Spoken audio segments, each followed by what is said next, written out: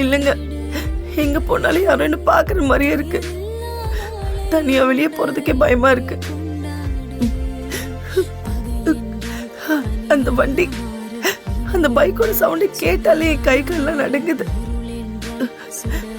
எங்க என்கிட்ட எடுத்த நகை வச்சு ஒரு மாசம் சந்தோஷமா இருப்பாங்களா?